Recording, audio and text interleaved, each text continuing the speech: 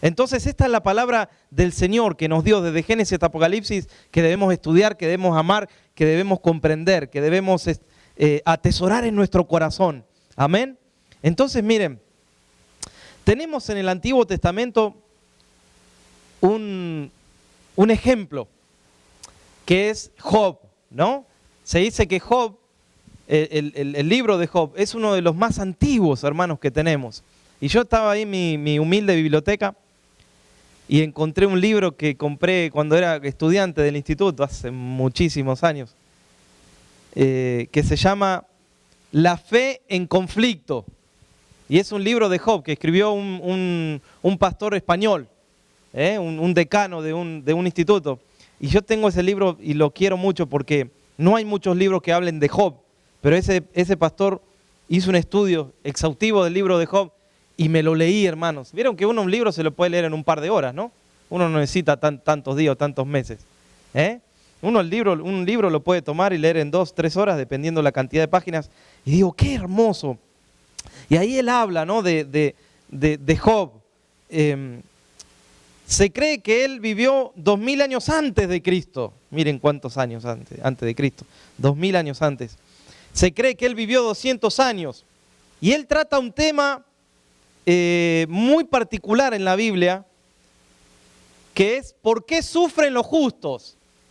¿Por qué sufren? ¿No?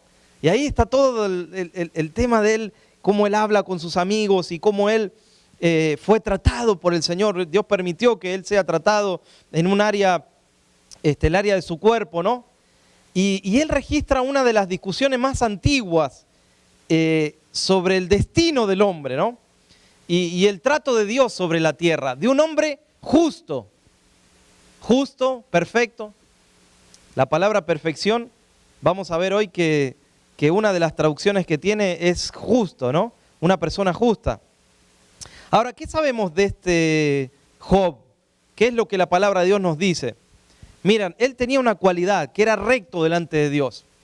Ser perfecto para Dios, porque para nosotros, los humanos, ser perfectos significa no tener errores, ¿no? Significa no cometer ningún... significa eso, ¿no? Cuando hablas de perfecto significa sin error. Bueno, para Dios no. Cuando Dios mira al hombre y le pide que camine en ese camino de perfección, Dios sabe que somos pecadores, ¿sí? Pero Dios nos está diciendo que no practiquemos deliberadamente el pecado, sino que sabemos que caemos, que somos seres humanos, que tenemos tentaciones y cedemos, pero lo que Dios está pidiendo en el hombre y en la mujer es que se entreguen a Él y empiecen a caminar por un camino distinto, hermanos, un camino que lleva a un camino recto delante de Él. ¿Qué significa esto? Job dice que era una persona recta delante del Señor, o sea que él era obediente. Ese fue el pecado del cual cayó el primer hombre, ¿no? El primer Adán. ¿Cuál fue el pecado? Bueno, ahí alguien anda diciendo que fue porque agarró los diezmos. No fue eso. El pecado fue de desobediencia, que es lo que nos cuesta predicar también, ¿no? La obediencia. Y nos cuesta reconocer a cada hijo de Dios, la obediencia. Ese fue el pecado desobediente. Desobedeció primero a Dios. Entonces Dios está trazando un camino para el hombre, un camino que es recto, que en él y de la mano de él podemos caminar. Y así era Job, miren. Lo segundo que veo de Job, él era un hombre temeroso de Dios, reverente a Dios.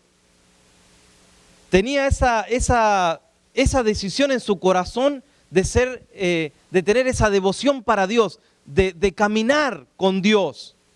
Y Dios ve perfecto al hombre cuando el hombre camina en ese camino. No un camino, dice que era temeroso de Dios, reverente a Dios. Tenía esa devoción. Qué lindo que es esto, ¿no? Lo tercero que dice es apartado del mal. Miren, apartado del mal. O sea, Job sabía rechazar lo que se oponía al carácter de Dios. Era apartado, no significa que no cometía errores o no cometía pecados, sino que él sabía apartarse de esas cosas, aunque a veces caían esas cosas. Amén. Lo otro que veo era que era una persona bendecida familiarmente. Y Job fue, y cuando tú lees, ves que él tiene bendición. Su vida es una vida de bendición. Tenía muchos varones. En ese tiempo tener varones era un sinónimo de bendición, porque se requería tener personas que trabajen la tierra, personas que sean fuertes, ¿no? Y entonces él tenía muchos. Entonces miren, era bendecido familiarmente, rico en posiciones, en posesiones, rico en sabiduría. Un hombre bendecido por Dios. ¿Podemos decir que caminó perfecto? No, porque era un hombre pecador. Era un hombre imperfecto en manos de un Dios perfecto. Pero así es como Dios te ve cuando tú te entregas al Señor, cuando tú decides caminar este camino nuevo que Jesús nos abrió. Amén. Este camino nuevo como precursor, dice él, abrió un camino para que nosotros caminemos por ese camino. Y es un camino, ¿saben?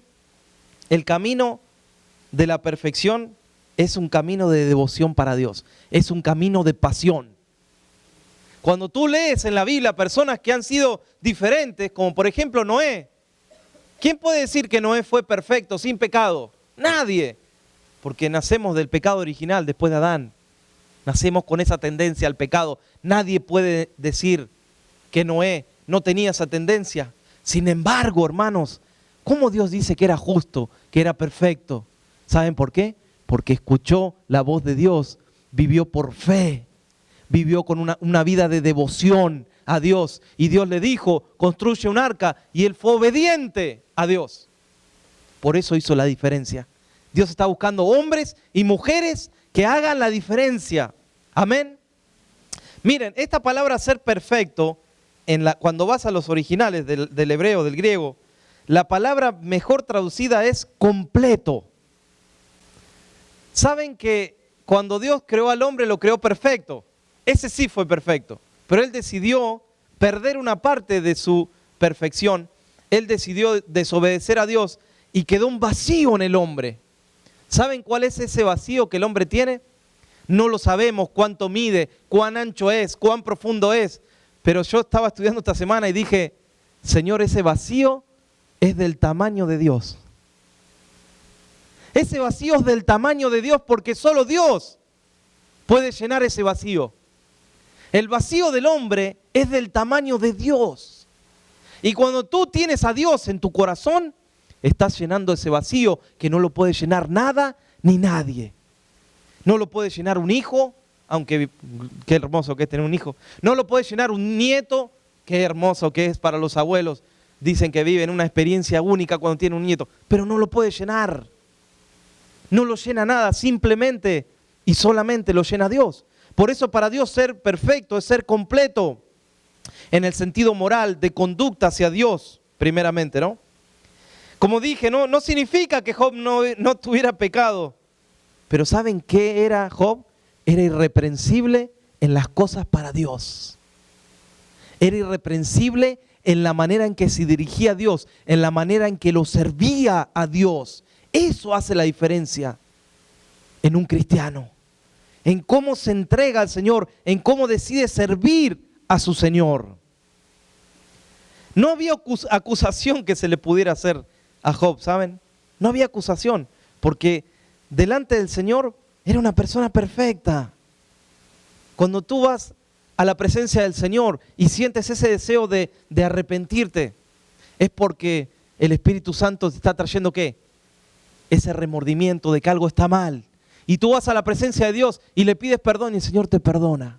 Te vuelves a sentir realmente nuevo después, ¿no? Sales de esa oración renovado, perdonado, con una carga que dejaste ahí en la presencia del Señor. Y así vivimos los hijos de Dios, constantemente yendo a su presencia, ¿no? Dios está buscando que caminemos con Él, hermanos, de la mano de Él. Ahora, ¿se puede vivir así? Preguntó alguien. ¿Se puede vivir así en un mundo perfectamente imperfecto? ¿Se puede vivir en un mundo perfectamente imperfecto? Miren qué contradicción. Estoy usando dos palabras contradictorias, pero esto es lo que me dio el Señor, ¿no? Me dijo el Señor, este mundo es un mundo perfectamente imperfecto. Y dije, sí, Señor.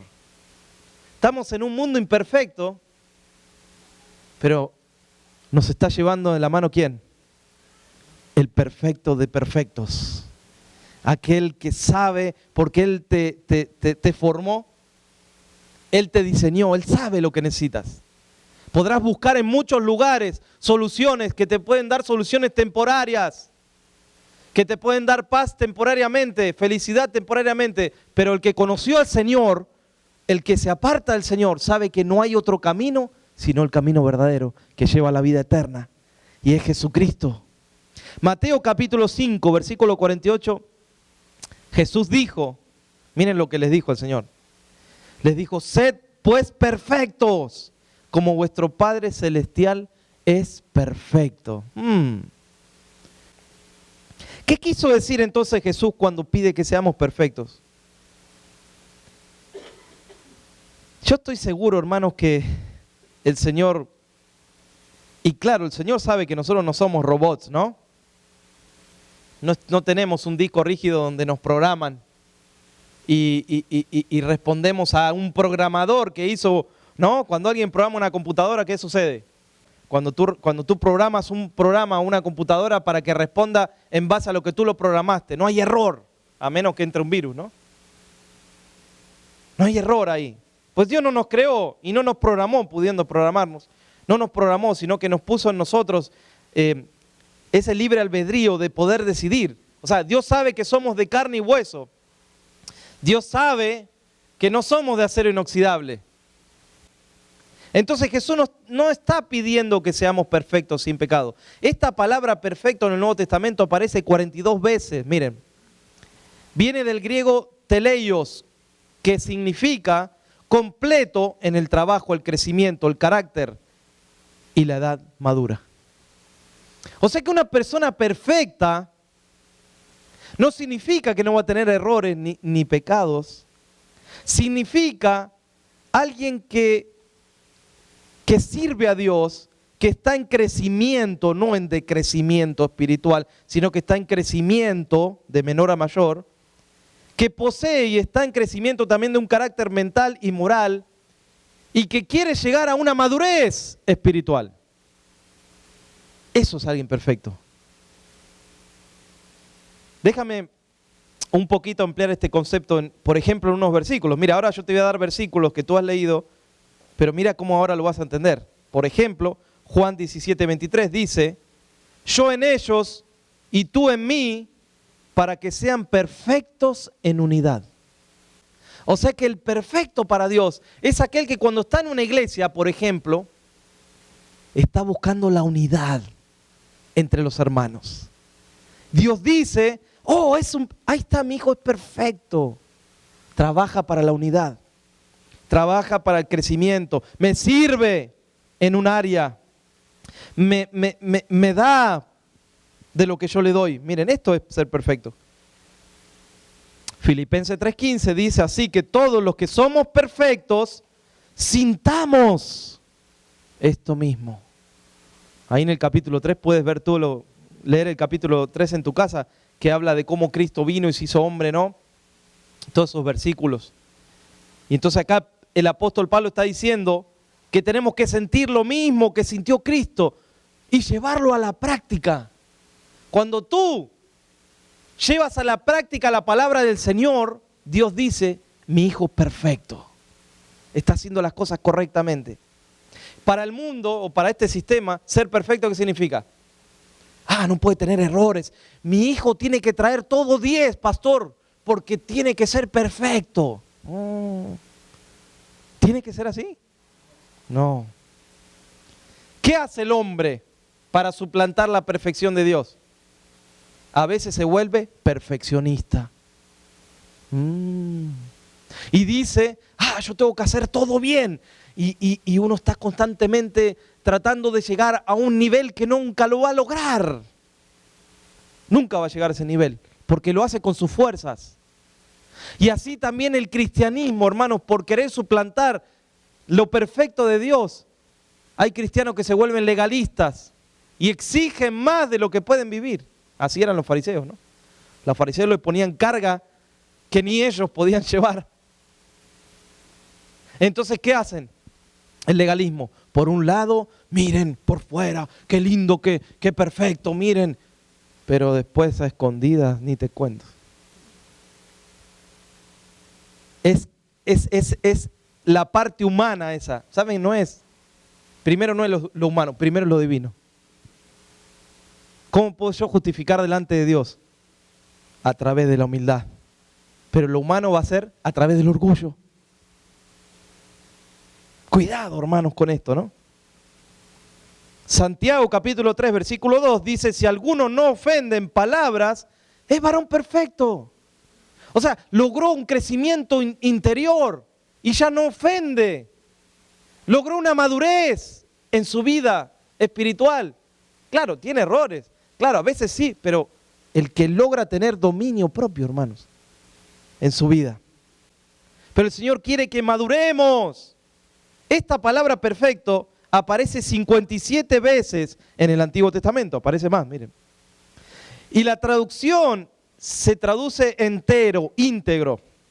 El que anda en verdad. El que está completo, lleno, sincero, sano, sin tacha, recto, cabal y total.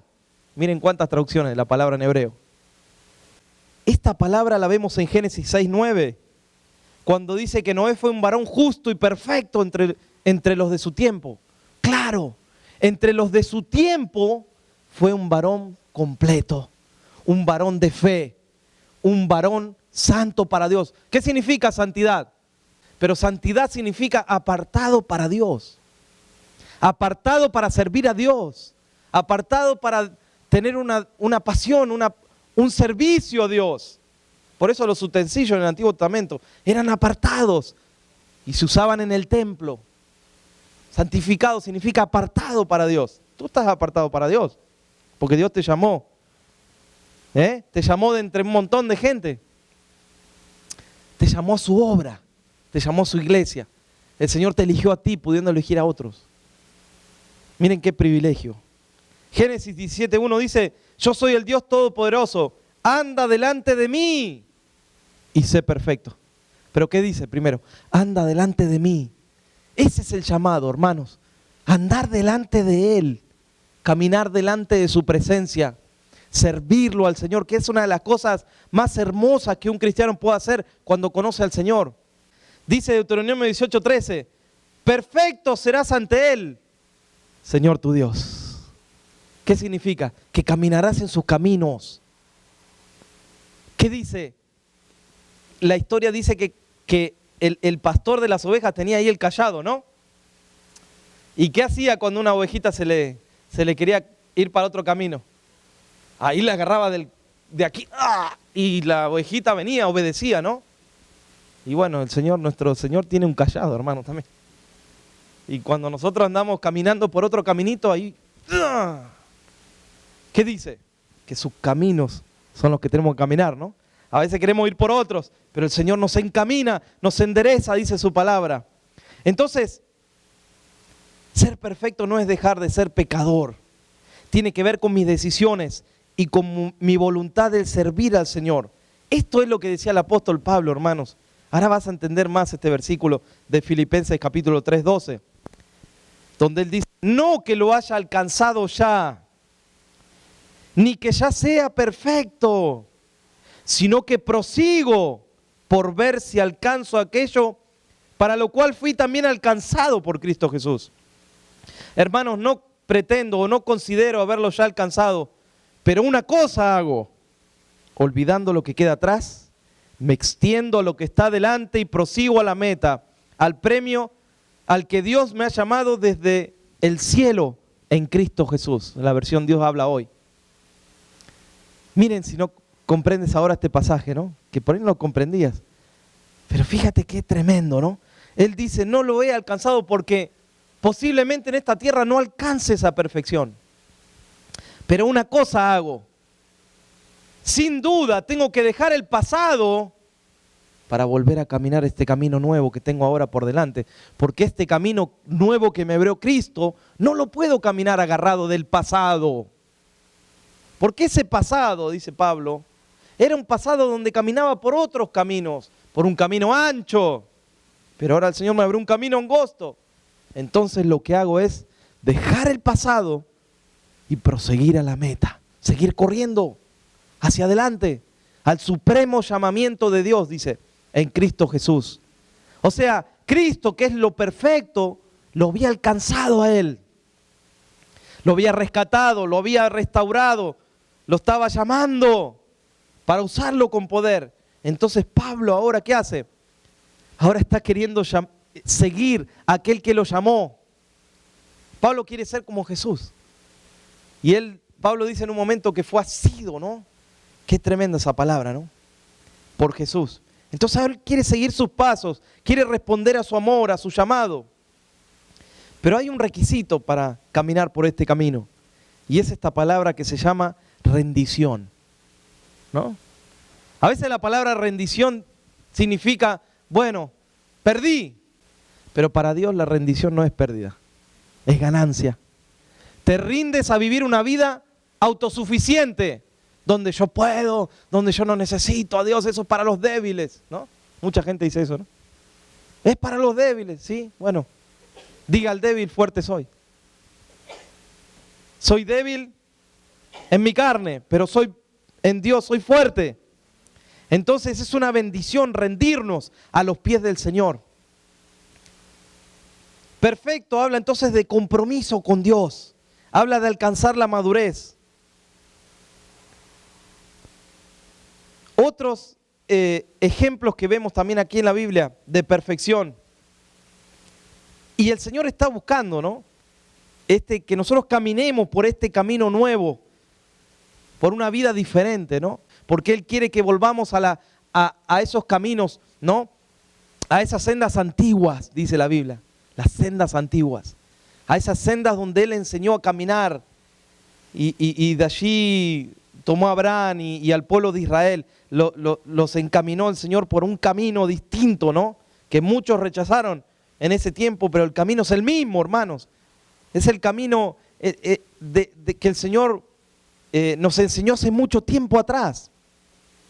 Entonces ser perfectos es volverse a los caminos de Dios, como les dije, a las sendas antiguas, a lo genuino.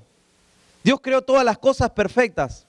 Y yo me pregunté cuando armaba esto, ¿crees que Dios está complacido de cómo están las cosas en este mundo?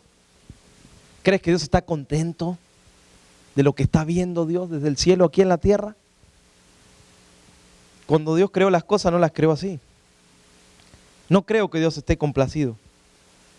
Pero su misericordia es tan grande, hermanos, que todavía estamos vivos, que todavía respiramos, que todavía esto no se destruyó del mundo. Es por la misericordia y el perdón de Dios. Es porque hay una iglesia que está viva en todo el mundo, ¿no? Que está orando, que está clamando.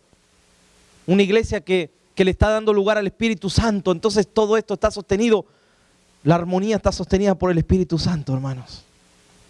Dios nos ama tanto que por eso estamos en pie. Romanos capítulo 9, versículo 19 dice, y como antes dijo Isaías, si el Señor de los ejércitos no nos hubiera dejado simiente, como Sodoma hubiéramos venido a ser, y semejantes a Gomorra. Wow. Es esa simiente. Hombres y mujeres como tú y yo, que decidimos caminar por este camino nuevo, por este camino de fe. Y la fe está en conflicto, hermanos, como leí yo ese libro. En este tiempo la fe está en conflicto. ¿Por qué? Porque muchas personas están perdiendo la fe por situaciones que miras en la televisión, o que tal pastor, o que el otro hizo esto y el otro hizo lo otro. Y lamentablemente, hermanos, hoy en las redes sociales uno puede ver tantas cosas referentes a cristianos o a pastores que a veces son verdad, a veces no. Sin embargo, hoy uno puede ver más cosas que antes. El ataque es más fuerte del enemigo. Entonces, el Señor nos dejó una simiente, hombres y mujeres que caminan por este camino nuevo. Ahora, ¿cómo no serle fiel a alguien que te salvó la vida, no? Fíjate que yo leí varias veces este pasaje de la mujer que fue encontrada en el mismo acto, ¿no? de de adulterio. Pero el Señor me mostró algo en estos días que no lo había visto antes. Hay muchos pasajes que se pueden predicar, muchos sermones sobre ese pasaje, mejor dicho. Pero fíjate que la mujer fue tirada delante de Jesús. Esa mujer, bajo la ley de Moisés, ¿qué decía la ley? Había que apedrearla. O sea, esa mujer, cuando la tiraron delante de Jesús para probarlo al Señor, la gente ya tenía la piedra en la mano. A esa mujer le quedaban segundos de vida. Era algo que nadie la podía salvar. Porque la ley de Moisés amparaba que la apedreen. O sea que esa mujer cuando está llorando ahí, hermanos, tirada en el suelo, está diciendo, me quedan segundos de vida, me van a matar. Pero para tentar a Jesús, se la tiraron ahí y le dijeron, Señor, ¿qué dices tú? Porque la ley dice que hay que apedrearla. O sea, no solamente querían matar a la mujer, sino que querían despreciar a Jesús. Y querían encontrarle una falta a Jesús. Era doble el problema ahí. Mientras Jesús escribe en tierra, esta mujer está, hermanos, diciendo, me espera la muerte. Me van a apedrear. Mientras Jesús escribe en tierra, Él dice, el que esté libre del pecado, tire la primera piedra. Y dice que siguió escribiendo en tierra y cuando levantó la mirada y miró así, ¿qué dijo? ¿Dónde están los que te iban a apedrear? Comenzando desde el mayor, dice, hasta el menor. O sea, del mayor supuestamente maduro espiritualmente, ¿no? Dice que esos fueron los primeros que se fueron. Hasta el menor. Entonces, dice, uno por uno, los acusadores de esta mujer se fueron. Y Jesús les dijo, Juan 8:10, ¿dónde están los que te acusan? ¿Ninguno te condenó? Tremendo, hermanos. A esa mujer le esperaba la muerte, pero Jesús le dio vida, perdonándola de sus pecados. Jesús le dijo, ni yo te condeno, pero añadió algo. Vete y no hagas más lo que estás haciendo. Perfección, podríamos decir que tiene que ver mucho con este pasaje, ¿no? Porque Jesús le dijo con esas palabras, te acabo de salvar la vida, por lo que estás haciendo, merecías la muerte, pero por la misericordia de Dios y la gracia de Jesús, esta mujer se levantó y Jesús le dijo, yo te perdono, pero no solamente te perdono, yo te salvé la vida, pero no solamente te estoy salvando la vida, ahora te voy a decir algo, no hagas más lo que estás haciendo. Miren qué lección le dio el Señor. Ahora, esta mujer, que Jesús le salvó la vida, hermanos. Esa mujer tenía que morir ahí apedreada, imagínate. Esta mujer que Él le salvó la vida, ¿acaso no iba a dejar de hacer lo que estaba haciendo? ¿Acaso no iba a dejar esa prostitución que estaba haciendo o ese adulterio que estaba haciendo? No solo dejó de hacer eso, sino que lo siguió a Jesús y lo servía al Señor. Esta mujer pasó de ser una mujer desconocida a ser impactada por el perdón, por la gracia de Dios. ¿Y saben qué hizo ella? Dijo, yo necesito servir a mi Señor, porque yo hoy debiera estar enterrada en un cementerio, pero no lo estoy. Ahora voy a servir a Jesús. Y dice que ella fue una de las que lo servían. Están hablando de que fue María Magdalena, todos los comentaristas dicen lo mismo, ¿no? Que fue María Magdalena la que lo servía, la que fue, hermanos, liberada de siete demonios, también dice ahí en la Biblia, ¿no? Que Jesús la liberó, hermanos, para que Él la pueda servir. Pero te aseguro, esta mujer pasó de muerte a vida y su vida no fue la misma. Eso es lo que está buscando el Señor, ¿no? Entonces, Él vino a salvarnos de nuestros pecados. Así como esta mujer, tú puedes decir, a mí me pasó lo mismo, porque el pecado es el mismo, hermano. El pecado para Dios es todo lo mismo, todo el pecado es igual, no hay un pecado mayor o menor. Todos venimos de una vida de pecado y a todos nos salvó. Ahora, Él está esperando de nosotros que lo sirvamos, que hagamos, caminemos por este camino que el Señor nos quiere abrir. Él entonces murió en la cruz por toda la humanidad, por ti y por mí. Él murió por esta mujer. ¿Cuántos de los que estamos aquí alguna vez ha sentido esa tristeza por el pecado, no? Yo pensaba en esto también en estos días. La Biblia dice que la tristeza que es según Dios produce arrepentimiento para salvación. Pero hay una tristeza que no produce arrepentimiento, produce muerte, dice 2 Corintios. Por eso esta es la tristeza que tú sientes cuando vienes a Cristo por primera vez, ¿no? Pero esa después se transforma en una tristeza de arrepentimiento, ¿no? Lo que esta mujer sintió, una tristeza de arrepentimiento, porque ahí se arrepintió y ahí decidió caminar para Cristo. Proverbios capítulo 28, versículo 13 dice: el que encubre sus pecados no prosperará, pero el que los confiesa y se aparta alcanzará misericordia. ¿Qué está diciendo? El que los confiesa y se aparta. El que los confiesa y se aparta. No solamente el que los confiesa, sino que el que los confiesa y se aparta alcanzará misericordia de Dios. Primera de Juan 1:9 dice: si confesamos nuestros pecados, Dios es fiel y justo para perdonar nuestros pecados y limpiarnos de toda maldad. No solo nos perdona, nos limpia. Y por ahí estoy predicando esto en este día y tú sientes la necesidad de que Dios te limpie. Jesús no vino a morir en la cruz para pagar por nosotros una licencia para seguir pecando.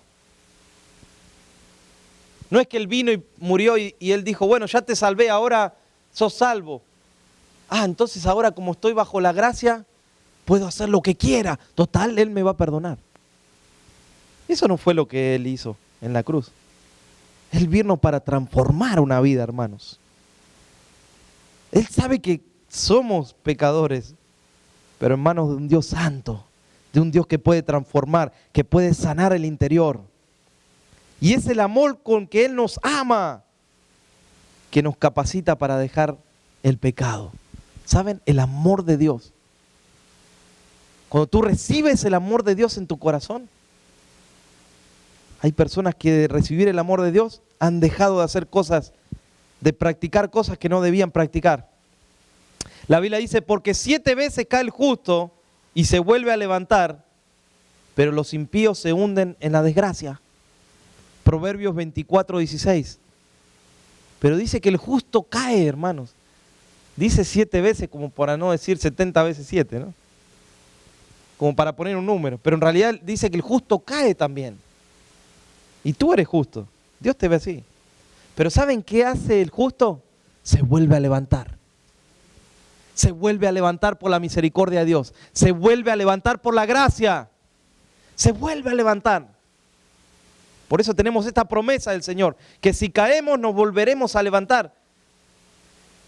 Y Lucas 17 dice: mirad por vosotros mismos, si tu hermano peca contra ti, amonéstalo.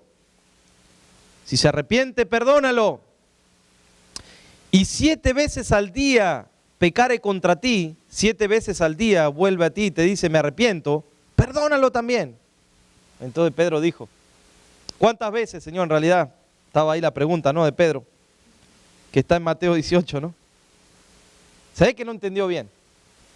Entonces Pedro se acercó y le preguntó: Señor, ¿cuántas veces dijiste que tenía que perdonar a mi hermano que pecare contra mí, no? Que yo pecare contra él, ¿no? Que él pecare contra mí. Dice: ¿hasta 7? Se ve que no entendió bien, ¿no? Mateo 18:21. Le respondió Jesús: no te digo hasta 7, sino hasta 70 veces 7. Y si no sabía matemáticas estaba en problema, Pedro. Pero son 490, ¿no? 490 veces, o sea, en un día no te va a pasar 490 veces. O sea, ¿qué le estaba diciendo el Señor? Lo tenés que hacer siempre. O sea, Dios nos pide que lo hagamos entre nosotros, ¿no? Cuánto más para Él, ¿no?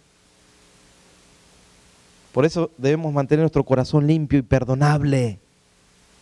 Porque Hebreos 10:26 dice: si voluntariamente seguimos pecando después de haber recibido el conocimiento de la verdad, ya no queda más sacrificio por los pecados. Hubo un sacrificio perfecto, que fue el sacrificio de Jesús en la cruz. No hay otro. No va a haber otro sacrificio, está diciendo acá. ¿Qué pues diremos? ¿Perseveraremos en el pecado para que la gracia abunde? De ninguna manera, porque los que hemos muerto al pecado, ¿cómo viviremos aún en él? Por eso Romanos 8:37 dice, pero Dios, que nos ama, nos ayuda a salir más que vencedores en todo. Amén. Ahora, después de escuchar esto, ¿cuántos quieren vivir este camino de perfección, ¿no?, del cual nos muestra la Biblia? Un camino completo, un camino de devoción al Señor, un camino poniendo a Dios primero en nuestra vida. Vamos a orar en este día. ¿Quieres santificar, Señor, nuestras vidas? Así como cuando el pueblo de Israel estaba por entrar a la tierra prometida y tú les dijiste a través de Josué, santificaos, porque Dios hará maravillas entre vosotros. Esa palabra, Señor, santificados, significa entréguense, límpiense, estén a cuentas con el Señor, porque Dios va a hacer cosas grandes. Y hermanos, Dios no las puede hacer si no estamos a cuenta con el Señor. No las puede hacer. Dios quiere limpiarte, Dios quiere transformarte, Dios quiere seguir sanándote, restaurándote. Dios me está mostrando una persona, hermanos, en este momento. Yo no sé quién es. Pero mientras yo estaba predicando, pude ver esa mente que el Señor te estaba hablando y tú decías en tu mente, lo que yo hice fue algo feo. No sé si Dios me lo puede perdonar. Lo que hice fue algo que no sé si Dios pueda sanar. Pues déjame decirte algo. Dios estuvo escuchando y viendo tu mente, tus pensamientos. Dios me dice esto, que Él estaba pendiente de nuestros pensamientos, hermanos, y Él conoce todo. Él puede perdonarte. Él puede hacer de tu vida una vida nueva, una vida próspera, una vida santa delante del Señor. Él puede hacerlo. Él puede hacerlo porque Él tiene poder para hacerlo, hermanos. Él puede darte un llamado, un propósito. Él puede cambiar la dirección de tu vida. Él puede hacer lo que quiera. Porque Él es Dios. Pero Él quiere que tú creas que Él puede hacerlo. Porque ahora sí depende de ti. Depende de tu entrega. Depende de tu compromiso. Y por ahí sientas una tristeza muchas veces. Es una tristeza buena que produce arrepentimiento para salvación de tu alma. Porque acá está en juego que tu alma sea salva. Santo Señor. Gracias, Señor, en este día.